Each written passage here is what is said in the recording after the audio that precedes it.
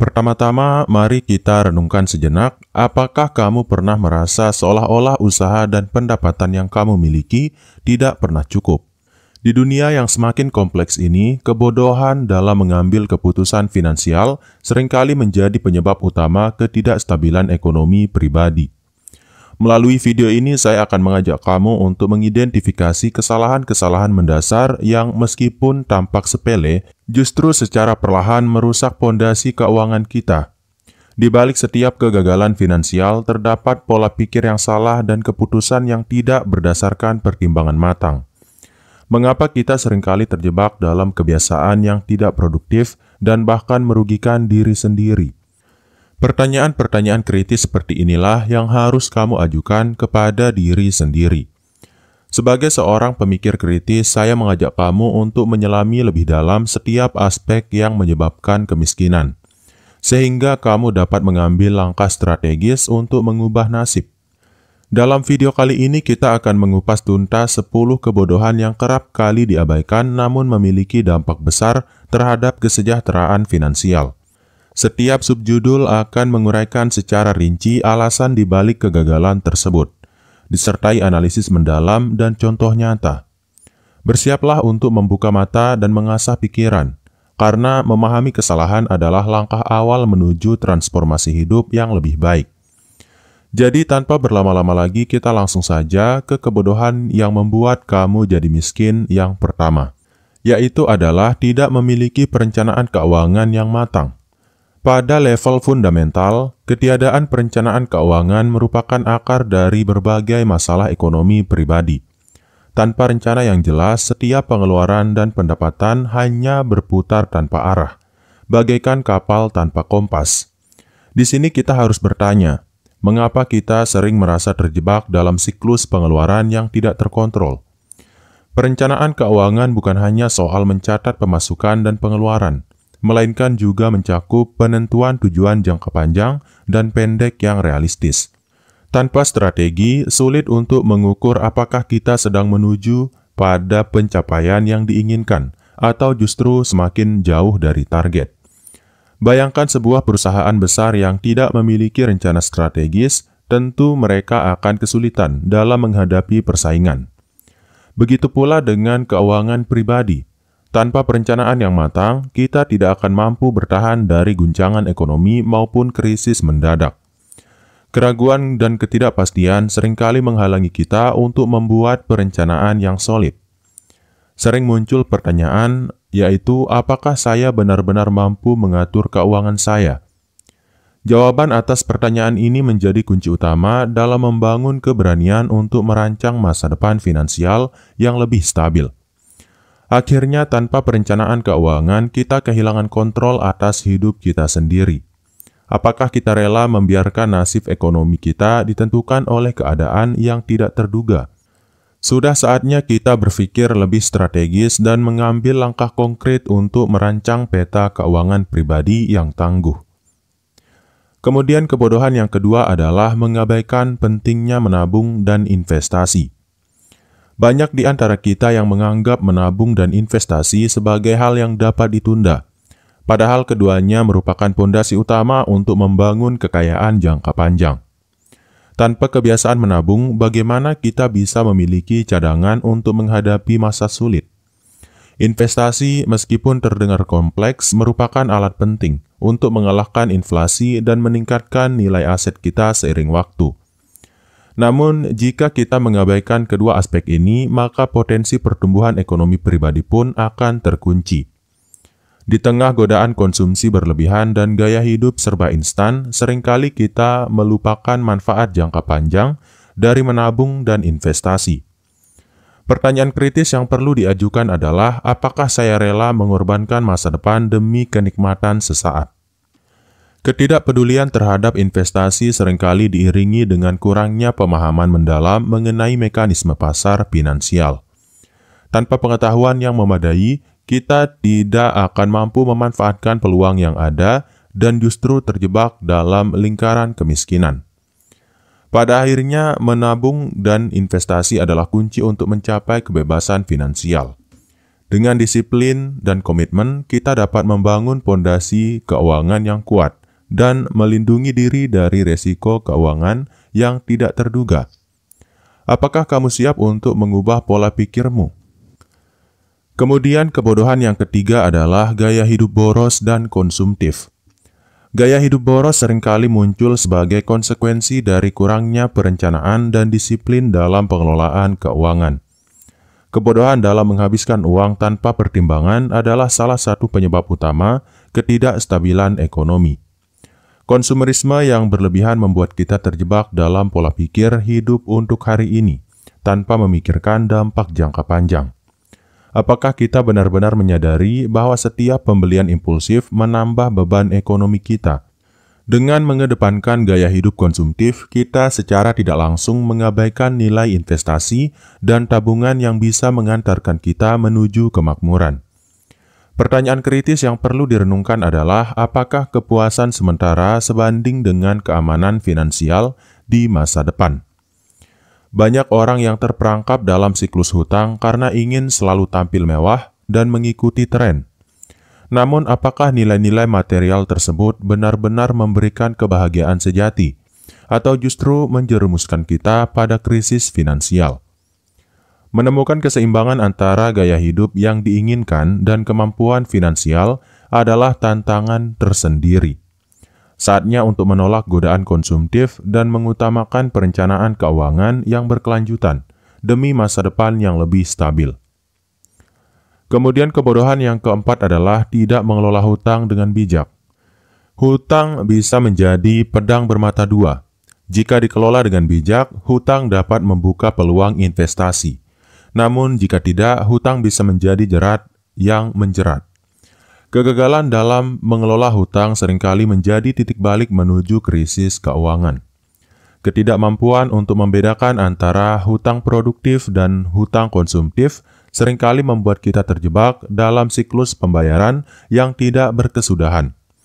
Apakah kita sudah benar-benar memahami konsekuensi dari setiap keputusan untuk berhutang? Banyak orang yang terjebak dalam hutang karena kurangnya pengetahuan tentang manajemen keuangan yang sehat. Tanpa adanya strategi yang matang, hutang yang awalnya dianggap sebagai solusi justru berubah menjadi beban yang menghimpit. Dalam menghadapi tekanan hutang, seringkali kita mengabaikan pentingnya renegosiasi atau mencari solusi alternatif untuk meringankan beban tersebut. Pertanyaan yang harus kita tanyakan adalah apakah kita sudah berusaha semaksimal mungkin untuk mengendalikan situasi ini. Untuk mencapai kesejahteraan finansial, pengelolaan hutang harus didasari oleh kesadaran penuh dan strategi yang realistis. Mengapa kita harus terus menambah beban jika solusi selalu ada dalam kemampuan kita untuk berubah? Kemudian kebodohan yang membuat kamu menjadi miskin yang kelima adalah kurangnya pendidikan finansial. Pendidikan finansial adalah senjata utama dalam menghindari jebakan kemiskinan.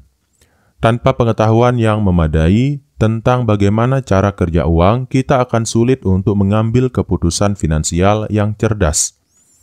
Sayangnya banyak sistem pendidikan yang masih mengabaikan aspek penting ini, sehingga lulusan tidak dibekali dengan keterampilan mengelola keuangan.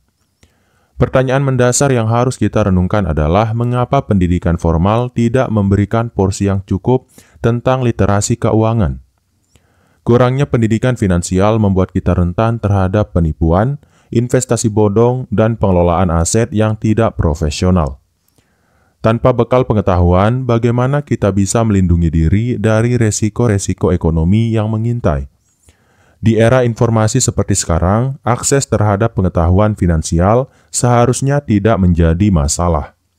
Namun, tantangan sebenarnya adalah bagaimana mengintegrasikan pengetahuan tersebut ke dalam kehidupan sehari-hari dengan cara yang praktis dan aplikatif.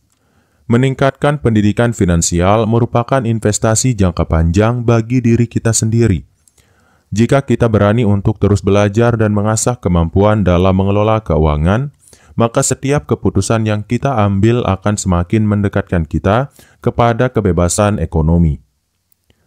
Kemudian kebodohan yang keenam adalah menghindari resiko tanpa pertimbangan. Ketakutan untuk mengambil resiko seringkali menjadi penghambat besar dalam mencapai kemajuan finansial. Namun menghindari resiko tanpa pertimbangan yang matang justru bisa mengakibatkan stagnansi dan kehilangan peluang penting. Tidak semua resiko itu buruk. Ada resiko yang terukur dan dapat menghasilkan keuntungan signifikan jika dikelola dengan cerdas. Disinilah letak paradoks, yaitu apakah kita berani melangkah keluar dari zona nyaman untuk mengejar potensi masa depan yang lebih baik. Menghindari resiko tanpa analisis yang mendalam bisa membuat kita kehilangan kesempatan untuk berinovasi dan tumbuh secara finansial. Penting untuk mempertanyakan apa yang sebenarnya kita takuti, dan apakah ketakutan tersebut beralasan berdasarkan data dan fakta. Setiap keputusan untuk menghindari resiko harus disertai dengan evaluasi mendalam mengenai potensi kerugian dan keuntungan yang mungkin terjadi. Tanpa pendekatan analitis, keputusan tersebut hanya akan menjadi kebodohan yang menghambat kemajuan pribadi. Untuk mencapai keberhasilan finansial, kita perlu membangun mentalitas yang terbuka terhadap peluang, meskipun itu berarti harus menghadapi ketidakpastian. Apakah kamu sudah siap untuk mengubah cara pandang terhadap resiko dan melihatnya sebagai alat untuk mencapai pertumbuhan?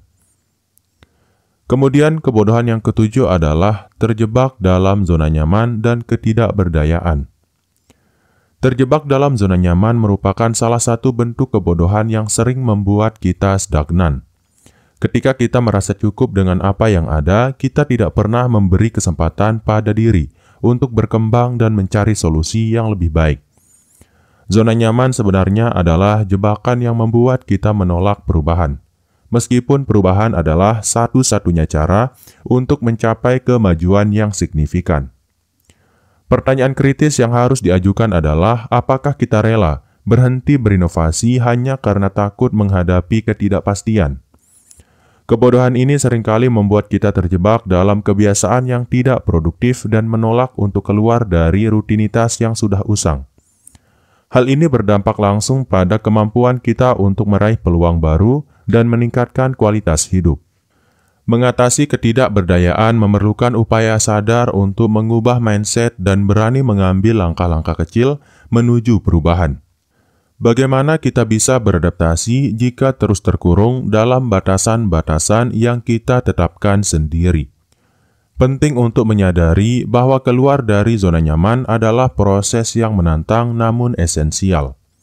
Hanya dengan menantang diri sendiri dan membuka diri terhadap perubahan, kita bisa membangun masa depan yang lebih cerah dan sejahtera. Kemudian kebodohan yang ke-8 adalah kurangnya diversifikasi sumber pendapatan. Mengandalkan satu sumber pendapatan merupakan salah satu kebodohan utama yang seringkali membuat kita rentan terhadap perubahan ekonomi. Diversifikasi sumber pendapatan adalah kunci untuk menciptakan stabilitas finansial di tengah ketidakpastian pasar. Tanpa adanya diversifikasi, setiap perubahan kecil dalam satu bidang bisa berdampak besar pada keseluruhan keuangan kita. Apakah kita benar-benar siap menghadapi resiko jika semua telur kita ditempatkan dalam satu keranjang? Strategi diversifikasi memungkinkan kita untuk mengeksplorasi berbagai peluang dan meminimalkan resiko yang mungkin timbul dari fluktuasi pasar. Hal ini juga membuka ruang untuk mengembangkan keterampilan baru dan meningkatkan potensi pendapatan secara berkelanjutan. Ketidakmampuan untuk menciptakan aliran pendapatan tambahan seringkali diiringi dengan ketakutan untuk mencoba hal baru. Namun, dengan analisis yang tepat dan perencanaan matang, diversifikasi bisa menjadi senjata ampuh dalam mengamankan masa depan finansial. Dengan membuka diri terhadap peluang-peluang baru dan menciptakan berbagai sumber pendapatan, kita tidak hanya melindungi diri dari resiko ekonomi, tetapi juga menciptakan landasan untuk pertumbuhan yang lebih dinamis.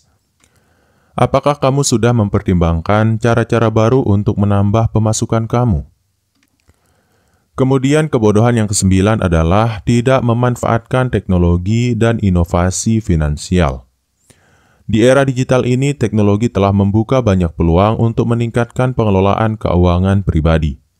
Namun banyak dari kita yang enggan atau bahkan tidak mampu memanfaatkan inovasi finansial yang ada. Tidak memanfaatkan teknologi dalam mengelola keuangan merupakan salah satu bentuk kebodohan yang mengakibatkan kita tertinggal dalam persaingan global.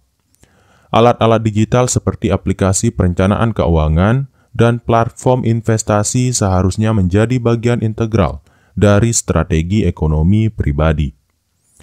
Dengan skeptisisme yang sehat, kita perlu mempertanyakan, apakah masih ada yang menolak untuk memanfaatkan kemudahan dan esensi yang ditawarkan oleh teknologi? Bukankah setiap inovasi adalah peluang untuk mengoptimalkan potensi keuangan kita? Ketidakmampuan untuk beradaptasi dengan kemajuan teknologi membuat kita rentan terhadap kesalahan dalam pengelolaan keuangan. Data dan analitik yang tersedia secara real-time seharusnya membantu kita membuat keputusan yang lebih terinformasi dan tepat sasaran. Mengintegrasikan teknologi dalam strategi keuangan pribadi bukan hanya soal mengikuti tren, melainkan tentang memanfaatkan alat untuk mencapai efisiensi dan efektivitas dalam setiap aspek kehidupan ekonomi. Saatnya untuk membuka pikiran dan menerima inovasi demi masa depan yang lebih cerah. Kemudian kebodohan yang membuat kamu jadi miskin yang terakhir atau yang ke-10 adalah menunda-nunda kesuksesan dan tidak mengambil tindakan. Penundaan atau prokrastinasi adalah musuh utama dalam mencapai keberhasilan finansial. Terlalu sering kita menunda-nunda tindakan karena rasa takut, ketidakpastian, atau sekedar kebiasaan malas. Apakah kita rela melihat kesempatan emas terlewat begitu saja? Menunda tindakan berarti memberikan ruang bagi keraguan dan penyesalan untuk tumbuh, yang pada akhirnya menjebak kita dalam lingkaran stagnansi. Setiap hari yang berlalu tanpa langkah konkret adalah kesempatan yang hilang untuk mencapai tujuan finansial yang lebih tinggi. Ketidakmampuan untuk segera bertindak seringkali disebabkan oleh kurangnya keberanian dan visi yang jelas. Disinilah peran penting dari evaluasi diri, yaitu apakah kita sudah siap untuk mengambil resiko dan menantang status quo demi mencapai keberhasilan. Tindakan nyata yang konsisten, meskipun kecil sekalipun, adalah kunci untuk membangun momentum dalam perjalanan menuju kemakmuran. Mengapa kita harus menunggu waktu yang tepat, jika waktu yang tepat adalah saat ini juga? Akhirnya, menunda-nunda adalah bentuk kebodohan yang paling mematikan, karena ia menghentikan kita dari bergerak maju. Sudah saatnya untuk bangun dari kebiasaan lama dan mulai mengambil tindakan tegas demi masa depan yang lebih gemilang. Pertama-tama, mari kita rekap semua yang telah dibahas, dari ketiadaan perencanaan keuangan yang matang hingga kebodohan menunda-nunda tindakan. Setiap aspek merupakan cermin dari keputusan dan pola pikir yang seringkali mengantarkan kita kepada kemiskinan.